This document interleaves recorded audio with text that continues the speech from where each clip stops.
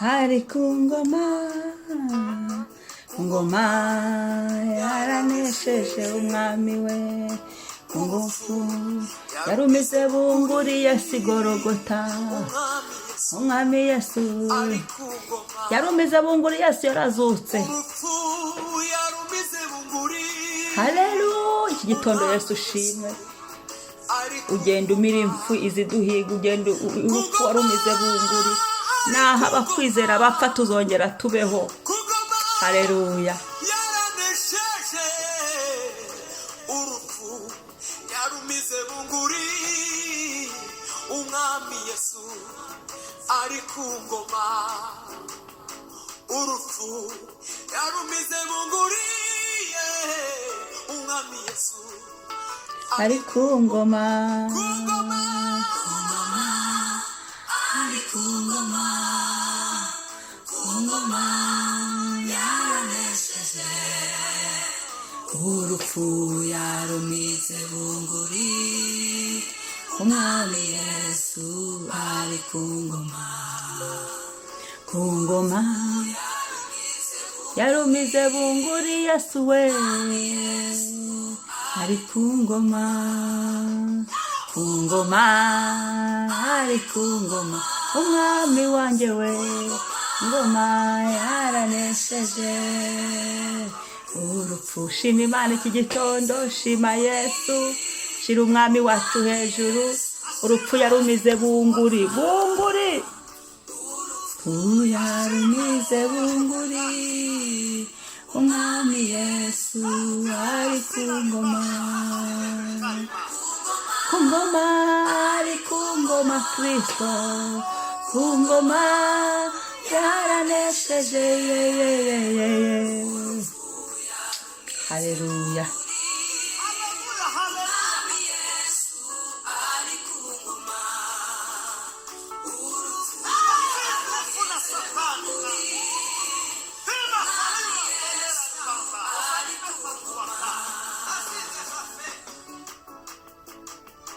Yego, yego, yego, tamba, tamba, tamba, tamba, tamba, tamba. Iye.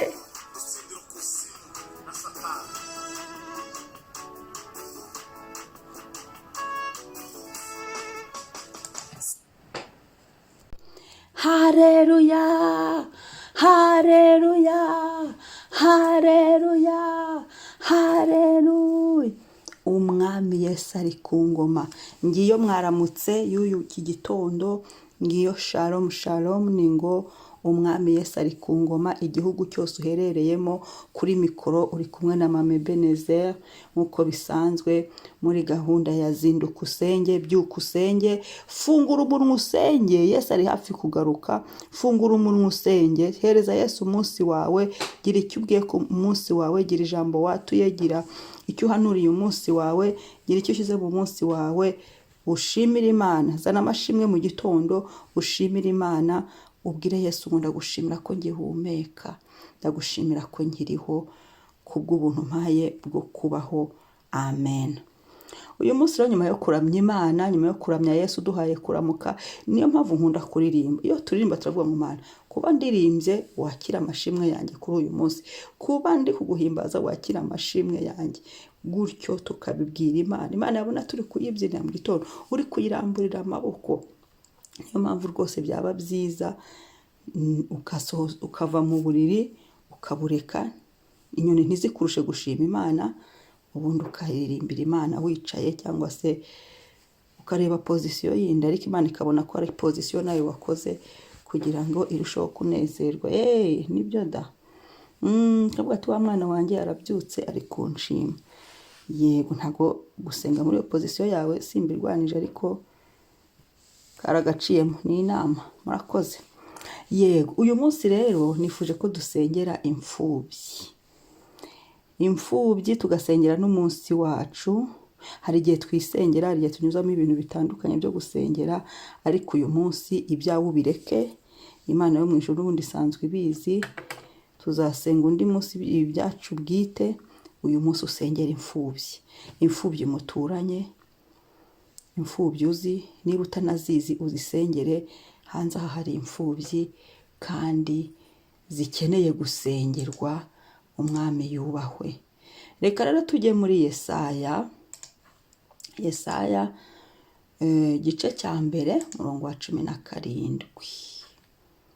Igice cya mbere umurongo wa 17 haravuga ngo mwige gukora neza, mushake imanza zitabera, murenganura abarengana, mucire imfubyi urubanza, muburanira abapfakazi. Haleluya. Ariko uyu munsi turasengera imfubyi, abapfakazi nzababwira undi munsi tuzabasengera. Uyu munsi twibande cyane ku mfubyi, usengera imfubyi. Mwige gukora neza. Ahangaha turisengera gukora neza. Mushake imanza zitabera. Umuntu urenganya abandi ntuce imanza zitabera. Hano harimo kwihana no kongera gusenga. Murenganura abarengana, ukaba wararenganije urengana. Dore uhawe promosiyo yo kwihana. Yesu ari hafi kugaruka, kandi noneho ugafata decision, tugafata decision yo kuzajya duca imanza zirenganura abarengana. Ukuri kwitwa ukuri, oya yacibe oya, yego ibe yego. Abantu barenganurwe, bahabwe uburenganzira bwabo. Mucire imfubyi urubanza. Mwe kurerega imfubyi, twe kurerega imfubyi. Imfubyi zitabweho, imfubyi tuzifashe, imfubyi tuzisengere. Reba imfubyi muturanye, imfubyi muziranye, imfubyi ziri mu muryango wawe. Nyaboneka aho mavuga mpagaze, kubona imfubyi ziri mu muryango wawe uzitaye utazireba n'arihumwe. Imfubyi za bakuru bawe, za basaza bawe, za bande bose. Reba abo bana, reba abo bantu. Ntagerega bakeneye ibintu, bakeneye umuntu babwira ati komera, bakeneye umuntu bahobera. Wari guhobera umuntu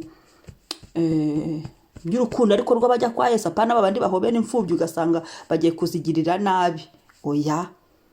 Oya, ndavuga kugwa mu gituza. Reka mvuge gutyo. Bakeneye uwo bagwa mu gituza, bakamugwa mu gituza, naho nta kintu wabaha, ariko baha umwanya, basengere. Sengera aba bana, kuko ubupfubyi nanone kandi ni imwe mu nzira Satani akoreramo kugira ngo yangaje abakozi.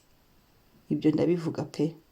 Ugasanga kubera imibabaro myinshi, kubera abantu babaye desespere, ugasanga bagiye gukora ibyaha, no Satani akabagira uburimiro, bagakora ibibi byinshi.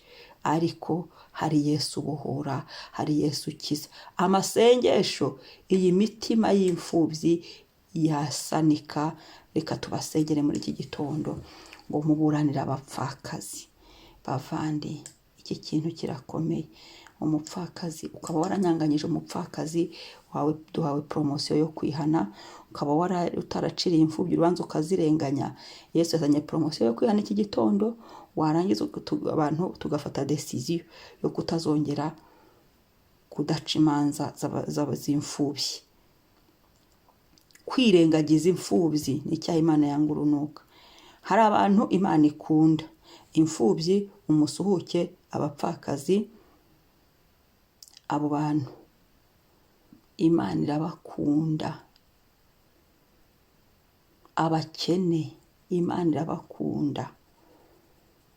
Ugomba rero kwitonda kugira ngo umunsi umwe Uwiteka atazasumira amaboko y'ababarenganya, kandi ajya abikora. Nabonye Uwiteka ahora, kuko ni abantu be. Yesaya 60 nandebere Yesaya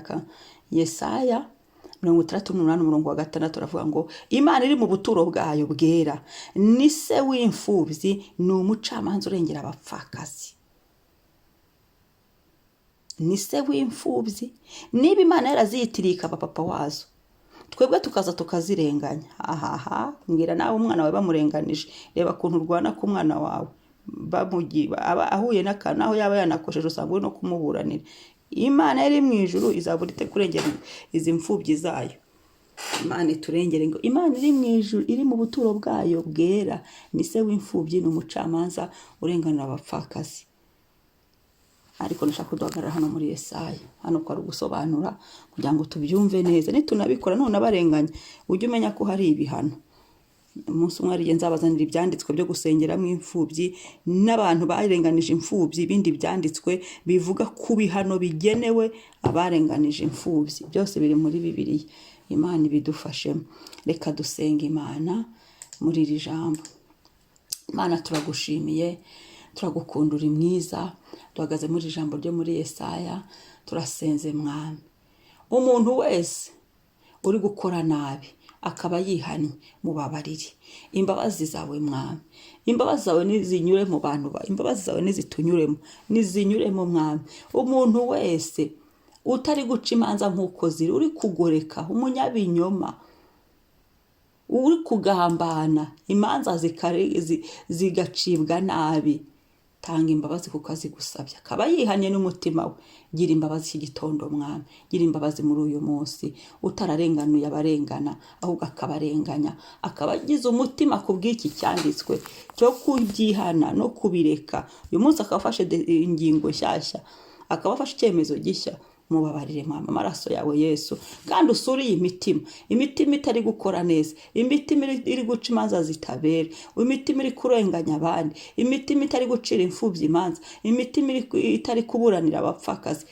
Bagenderere Mwami, iyi mitima yisure Yesu, yisure iki gitondo. Babarira bari kwirengagiza imfubyi, babarira bari kwirengagiza abapfakazi. Yesu utabara, tabara iki gitondo Mana.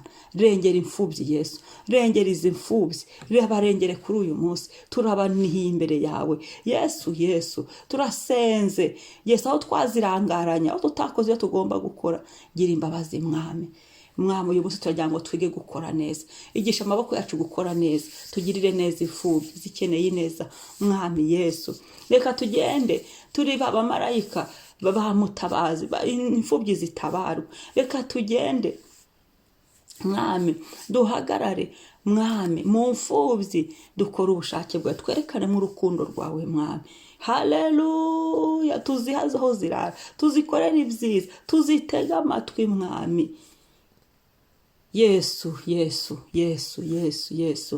haguruka utabara imfubyi uyu munsi Yesu. Imfubyi zirira, zirengere, hagurutsa abo kuzigirira neza, hagurutsa imfubyi zibabaye, zirengere Yesu. Hagurutsa abo kuzifasha, hagurutsa Yesu. Imfubyi ziri mu byaha ndazivanayo nonaha, ndavanayo Mwami. Abana b'imfubyi b'abakobwa bari mu byaha, abana b'imfubyi b'abahungu bari mu byaha, mu izina rya Yesu nimuveyo, ndabahamagaje, nimuveyo. Yesu ni papa wanyu, nimuveyo. Yesu arabakunda, nimuveyo. Yesu abategeye amaboko, nimumenye Imana. Ndabahuza naho mugomba kumenyera Imana, ndabahuza n'ubafasha kumenya Imana mu izina rya Yesu. Ndabahuza n'ibirere by'ubumana mu izina rya Yesu. Nimuzibukire ibibi mu izina rya Yesu.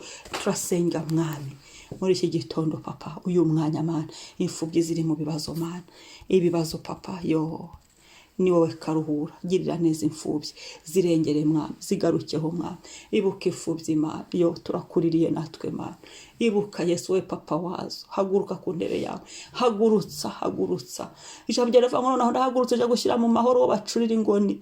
Haguruka Mwami, imfubyi zibuze aho ziba. Ni uri Imana itanga aho kuba, uri Imana irera. Zirere Mwami, ziyigishirize, zitoze kubw'ubuntu bwawe. Mu buntu uzigishe Mwami, kandi uzuzuza amahoro. Dusabye amahoro. Yesu yaravanga abana bacu bazigishwa n'Uwiteka kandi bazagira amahoro. Ariko turavuze ngo aba bana b'imfubyi badafite ababyeyi, badafite ubigisha, badafite ubitaho, biyigishirize Mwami, biyigishirize mu domene z'ubuzima zose, kandi uzuzuza amahoro. Iyi mitima yuzuza amahoro Mwami, iyi mitima yuzuza umunezero, iyi mitima yuzuza urukundo, iyi mitima yuzuza impuhwe, iyi mitima y'ababana Mwami yihoze, iyi mitima Mwami y'abatarakira ibikomere, iyi mitima Yesu. Bagirire neza, baha uburyo, baha ubushobozi, baha abakunda, baha barihira Mwami. Bige be kubijiji ya Mwami, be guta amashuri, vura ibikomere Yesu. Baha ubwenge Mwami, baha ubwenge bwo mu isi muri domene zose, baha ubwenge Mwami bwo mu ishuri, baha ubwenge bwo kukumenya. Reka bakumenye, bakwakire nk'Umwami n'Umukiza. Kubaho Uwiteka nibwo bwenge. Imfubyi zikubahe Mwami, ziguhungireho kuko ari papa wabo kandi uteze ibiganza ngo bakire mwami. Turahamagara imfubyi ku isi hose kugira ngo zizibukire cyane igisa nacyo. Turahamagara imfubyi ku isi hose ngo ze kwigirira nabi, zijya mu biyobyabwenge ze kwigirira nabi, ziyandarika ze kwigirira nabi, zijya mu bidafite umumaro. Ya Yesu ugira icyo ukoze, ndagushimiye mwami. Urakoze kurengera imfubyi, urakoze kuzibuka, urakoze guhaguruka mwami uyu munsi ubagere aho bari hose ku isi, aho bari hose abahungu n'abakobwa, ubagereho mwami. Ntiwite ku byaha byabo, ntiwite mwami ku kutamenya kwabo, ntiwite ku kutarerwa kwabo,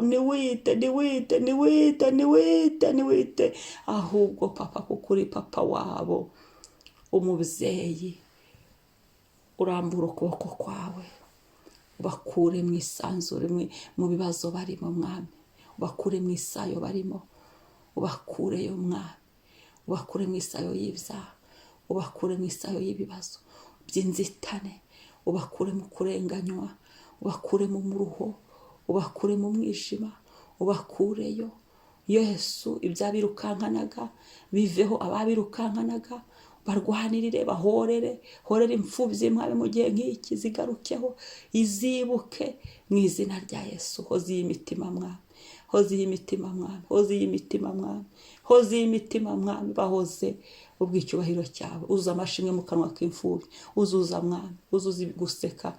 Mwuka wera utanga ibyishimo, mwuka w'ibyishimo ubuzure, umwuka w'ibyishimo ubuzure, umwuka w'ibyishimo ubuzure mu izina rya Yesu. Bajya bavuga ngo Uwiteka aratunejeje, bajya bavuga ngo Uwiteka aratunejeje, bajya bavuga ngo Uwiteka aratureze, bajya bavuga ngo Uwiteka ari kumwe natwe, bajya bavuga ngo Uwiteka tumufite ntitwifuza undi murengezi. Kubw'icyubahiro cyawe maze biguhesha icyubahiro mwami. Urakoze Yesu, turagushimiye ko tuzumva amashimwe aturuka mu mfubyi. Turagushimiye mwami kutabeshya kandi kuri Imana ibakunda, urabakunda cyane.